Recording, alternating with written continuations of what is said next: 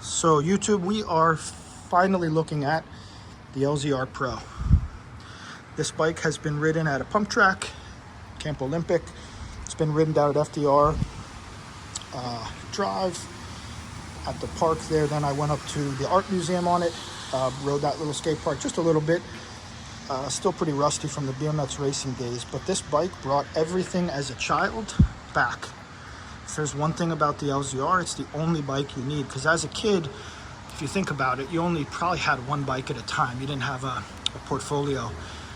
And this bike, by being pedal assist up to about 30 plus miles per hour, if you can spin it, the cadence on that crank, you can hit speeds of 30, but you could also just ride it around in level 1 at 12 to 15 miles per hour for a very long range. And then when you hit that hill, instead of shifting gears on the rear that you would normally, you're just going to shift up on your display.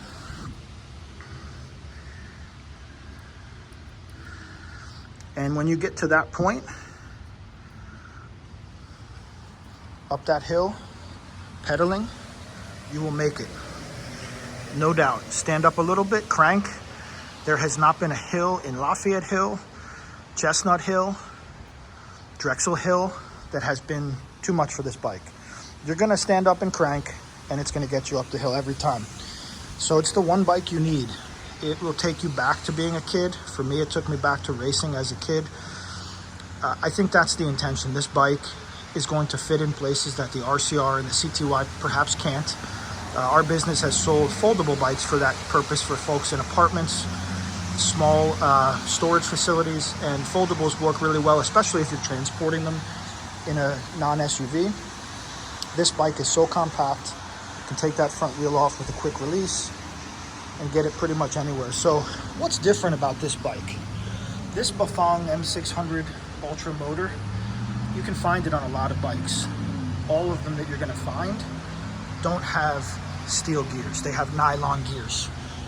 In that motor, when you're cranking, the only thing that can really go wrong in that design is you can break one of those nylon gears and they'll crack.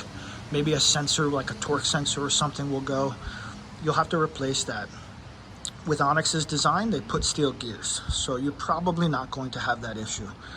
It does not come stock with a throttle, but you do have the ability to plug it in. There is a port, could be added as an add-on.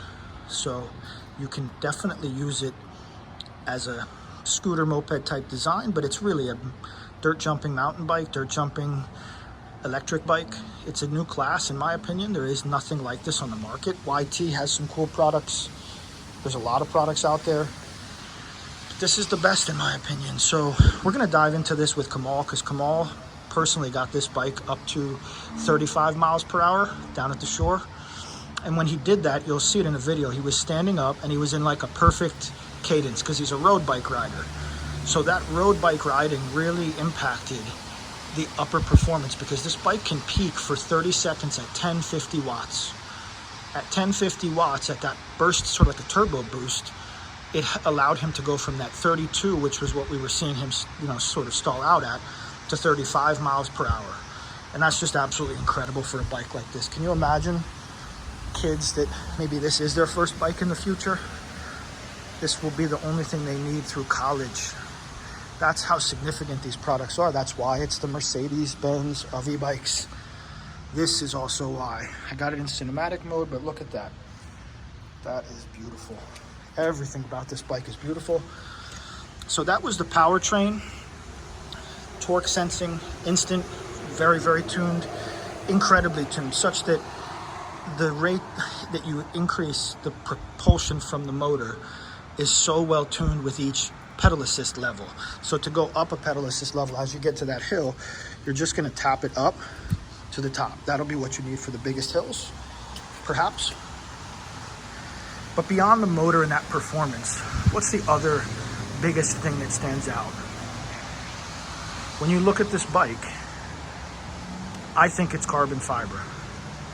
There's no seam. Look at any of your aluminum bikes. There's a seam always around the welds. Kamal is trained in welding. This stands out when you look at it. So does the Utopia. These bikes are different. This looks carbon. Look at this dropout of awesome, distinct design. It's just beautiful, absolutely beautiful. So that is not carbon though. That is aluminum 6061 aircraft grade aluminum. And what's amazing about that is it's still very lightweight. I'll try to describe it with a lift. You see in the shadow there? It's unbelievable. For that much speed, that much power, you could jump this off of stairs, as some of the pro teamers are already doing. You can jump this throughout the street. It's the one bike you need, and it is terrific. It has the motor performance that's unmatched, as well as the smooth weld additive technology. That's what SWAT stands for.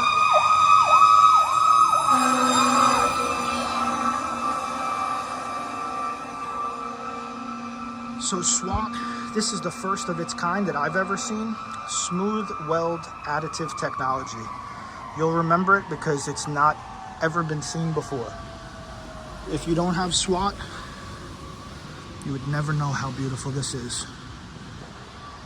So we're gonna sign out here. We're gonna go into detail on this bike a lot better than that. We probably should have touched on the performance of the front suspension, probably should touch on the disc brakes, which are all terrific. The hydraulic brakes, everything.